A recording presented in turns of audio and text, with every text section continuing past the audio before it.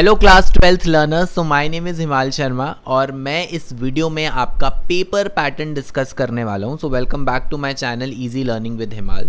सो हम इस वीडियो में डिस्कस करेंगे कि इंग्लिश का पेपर पैटर्न क्या है और इंग्लिश का सिलेबस क्या है। ठीक है, क्योंकि जनरली क्या होता है, इंग्लिश सब्जेक्ट पे हम स्टार्टिंग में थोड़ा इतना ध्यान नहीं देते और हमें पता नहीं चलता कि कैसे चीज़ें रहने वाली हैं। सो मैंने सोचा एक वीडियो में मैं आपको सारा एक्सप्लेन कर दूं। ये सीबीएसई का ऑफिशियल नोटिस है जिसमें पूरा पैटर्न एक्सप्लेन किया गया है, सिलेबस भी मिलेगा और सब कुछ इंग्लिश एग्जाम के बारे में मैं आपको इस वीडियो में बताने वाला हूं।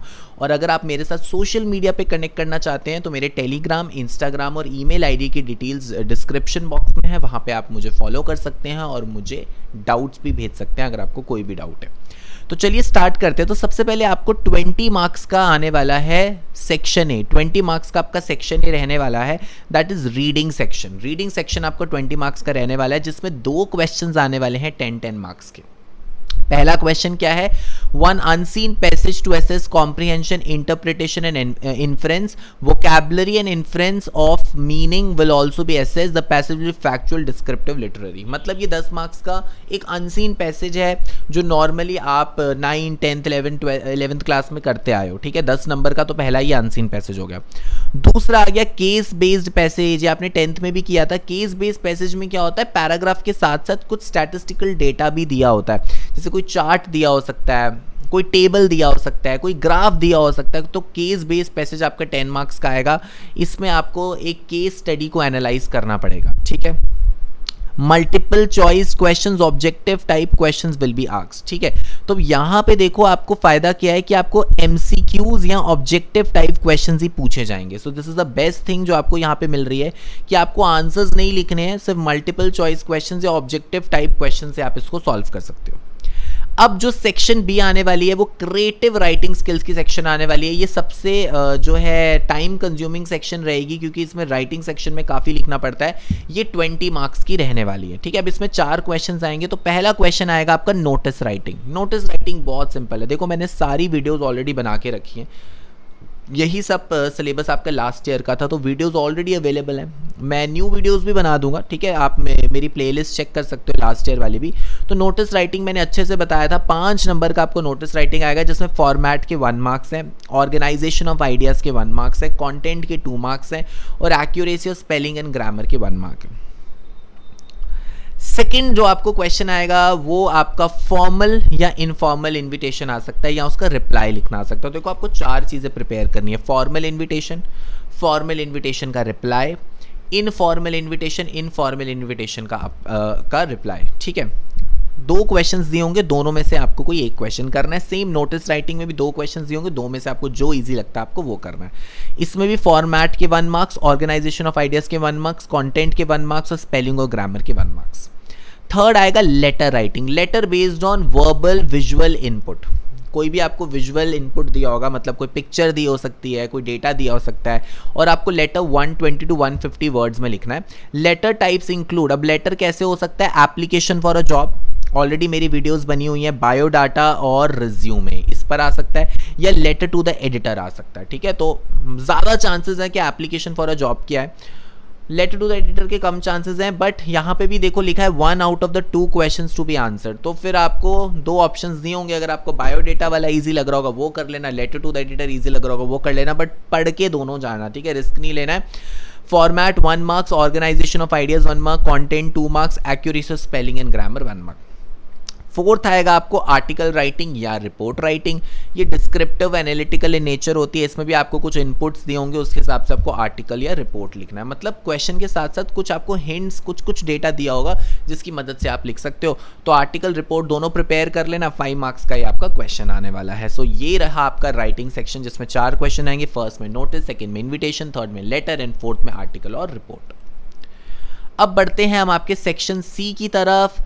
This section will have variety of assessment. इसमें मल्टीपल चॉइस क्वेश्चंस भी होंगे, ऑब्जेक्टिव टाइप क्वेश्चंस भी होंगे, short answer type, long answer type questions होंगे और ये आपकी 40 मार्क्स की आने वाली है। तो यहाँ पर आपको ध्यान देना है, लिटरेचर 40 मार्क्स की आने वाली है।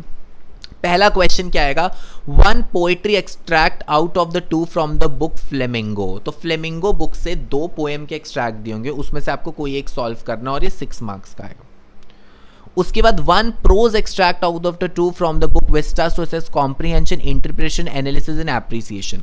तो अब यहाँ पे क्या होगा, सेकेंड क्वेश्चन में आपको किसी चैप्टर का एक पैराग्राफ दिया होगा, उसके बेसिस पे क्वेश्चंस आएंगे। बट ऐसे क्वेश्चंस नहीं कि डायरेक्टली पैराग्राफ से उठा के लिख ले, खुद से लिखने पड़ेंगे। तो दोनों में से कोई एक करना है, ये 4 नंबर का आएगा। Then one prose extract out of the two from Flamingo again. अच्छा, पहले विस्टास से था, अब फ्लेमिंगो से। 2 बुक्स है ना, तो विस्टास से 2 पैराग्राफ आएंगे, उस पे क्वेश्चन आंसर्स होंगे। फिर फ्लेमिंगो से 2 पैराग्राफ आएंगे, उसमें से क्वेश्चन आंसर्स होंगे। आपको करना कोई एक है, ठीक है। तो आपके 6 नंबर का पोएट्री का पैसेज बेस्ड क्वेश्चन, 4 नंबर का फ्लेमिंगो का पैसेज बेस्ड क्वेश्चन, और 6 नंबर का फ्लेमिंगो का पैसेज बेस्ड क्वेश्चन, और 4 नंबर का विस्टास का पैसेज बेस्ड क्वेश्चन। तो 14 मार्क्स हो गए। अब इसके बाद आगे short answer type question. Short answer type questions आपको लिखने हैं, ये प्रोज और पोएट्री दोनों से आएंगे फ्रॉम योर बुक फ्लेमिंगो, ठीक है। 40 to 50 वर्ड्स में आपने लिखने हैं, ठीक है।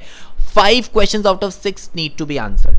तो 6 क्वेश्चन दिए होंगे आपको, कोई भी 5 क्वेश्चंस करने हैं, तो वही करना जो आपको अच्छे से आते हैं। तो 10 मार्क्स का आ गया ये। फिर शॉर्ट आंसर टाइप क्वेश्चंस आपको विस्टास से भी आएंगे 40 to 50 वर्ड्स में। विस्टास बुक से 3 क्वेश्चंस दिए होंगे आपको, कोई 2 क्वेश्चंस करने हैं, तो 4 नंबर का आ गया ये। फिर आने वाला एक लॉन्ग आंसर टाइप क्वेश्चन। तो लॉन्ग आंसर टाइप क्वेश्चन आपका एक फ्लेमिंगो से आएगा, ये पोएट्री या प्रोज किसी से भी आ सकता है, ज्यादातर प्रोज से आएगा, चैप्टर से ज्यादा चांसेस है।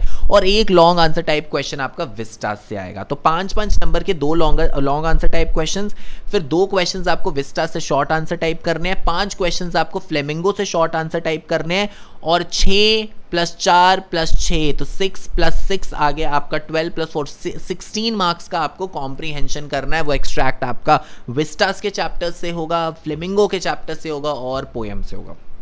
सो ये आपका पूरा पेपर पैटर्न रहने वाला है। तो काफ़ी लेंदी पेपर जाने वाला है इंग्लिश का। सिलेबस देख लो, प्रोज से आपको चैप्टर्स पढ़ने, लास्ट लेसन, लॉ spring, deep water, rat trap, Indigo, poets and pancakes, interviews and going places, ठीक है, सारे चैप्टर्स हैं। पोएट्री में my mother at 66, elementary classroom वाली पोएम हटा दी गई है। Keeping quiet, thing of beauty, roadside stand और आंट जेनिफर्स टाइगर। विस्टाज में बात करें तो 3rd level, tiger king, journey to the end of the earth, enemy, on the face of it और मेमोरीज ऑफ चाइल्डहुड, ठीक है। अगर आप यहाँ पे देखोगे वाई विजर्ड्स हिट मॉमी, वो वाला चैप्टर भी यहाँ से हटा दिया गया।